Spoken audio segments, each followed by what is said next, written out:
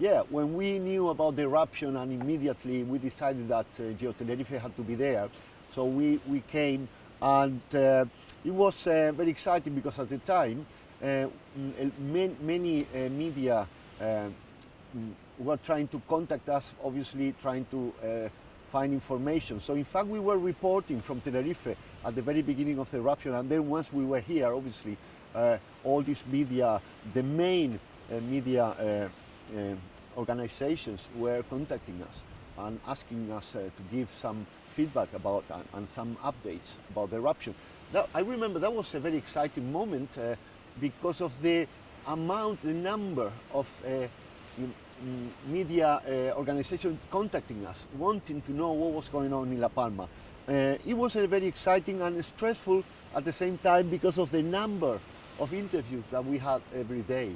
And it was very exciting at the same time because we were contacted from all over the place. I mean, the main BBC, the CNN in the United States, Al Jazeera, etc.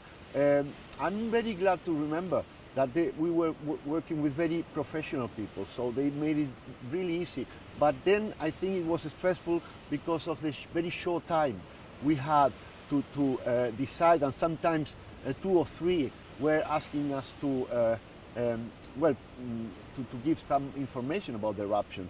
Also the local TV. I think we did a very good job in the sense that obviously media wanted some sensationalism.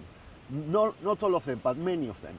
And we kept it strictly to the scientific side, and we tried not to be too sensationalist. For example, the typical question was whether La Palma was going to collapse and trigger a major tsunami, and all the time we were asked that question. Obviously the probability of that event taking place was so tiny that so I think we did a very good job in keeping the information to a scientific level and trying not to spread all this sensationalism that obviously was so damaging for a population that at the time was very worried. So I think we did a good job in that sense. The sensation that I got is that sometimes they had some very dramatic images and they wanted to use dramatic words with them. Yes. But that's not helpful, is it? Well, it's not helpful, and at the same time, although it was very spectacular, to be honest, all this eruption has followed the typical pattern that was expected. No major changes took place, and that was expected. In any case, this eruption has been very long. This volcano has had a huge variety of events, completely sometimes unknown to science. So it's been behaving in a very curious manner, but still within certain limits that we always say, well, this is a typical fissure Strombolian eruption, and we expect periods of more explosive activity or less explosive, more effusive, and periods of repose, and then reactivation and so on. And at any time, it was very exciting because of the changing conditions of the volcano. And all the time we were asked what was going on, and I think we did a good job explaining what was happening. Another question that we're asking all the time was when the eruption was going to stop, and whether we knew where the eruption was going to take place, and obviously the answer to those 2 questions is no. But repeatedly, obviously, and for obvious reasons, people wanted to know when the eruption was going to stop, given the high destructive character. So just give us a sense of the time involved. So I think there was one day where you had 20 different interviews with a range of outlets, but it's not just the 10 minutes that you're on camera, are you? You have to set up. So. Yeah, because one day, obviously, the time we spent here, it was a very intense time, because from very early in the morning, sometimes we had interviews at 6 a.m. in the morning or very late in the afternoon. We had very little time to prepare each interview, and sometimes they coincided several ones. Also, there was a lot of preparation because of the area where we were at the time. Sometimes the reception was not really good, so we had to really make sure that the connection was going to be successful, and I think we managed that very well. But to be honest, when I look back, although it was a very interesting time, I remember it was very stressful, but I think it was worth it. So if you imagine we were here precisely to do that job, but it was stressful, can you imagine if you had a responsibility for one of these big research organizations or somebody involved in the emergency, and you still also had on top this media demands? Yeah. That would be impossible, wouldn't it? Yeah, I don't think it would be possible, to be honest. I mean, we were dedicated completely during the week we spent there, the first week, completely dedicated to provide communication and updates to all these people. And it took us completely the full time that we were here, dedicated to that task. So I don't think you could really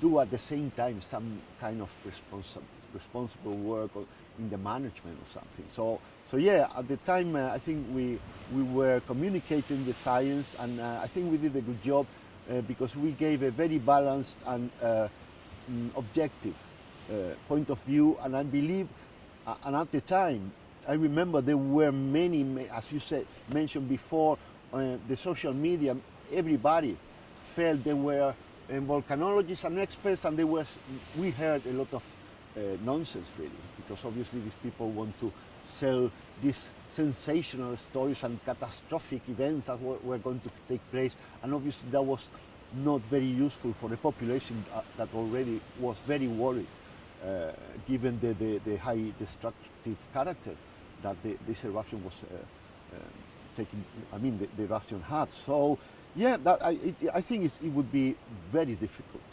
and I feel proud that we did that very good job.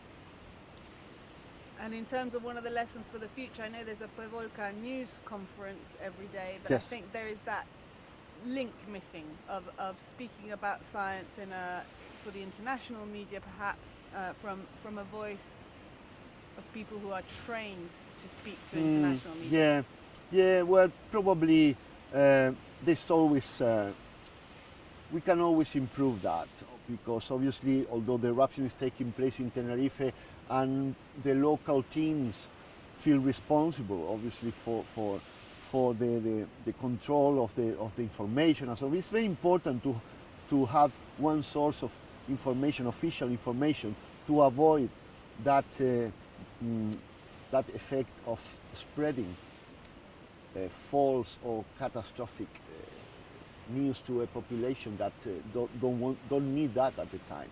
So obviously it's important to have a local authority managing the situation. But I think what you say is very important, to be to collaborate with other teams and media outlets that come here and are anxious to know what was going on. So probably I agree with you in that sense, that there should be some kind of connection with media from abroad.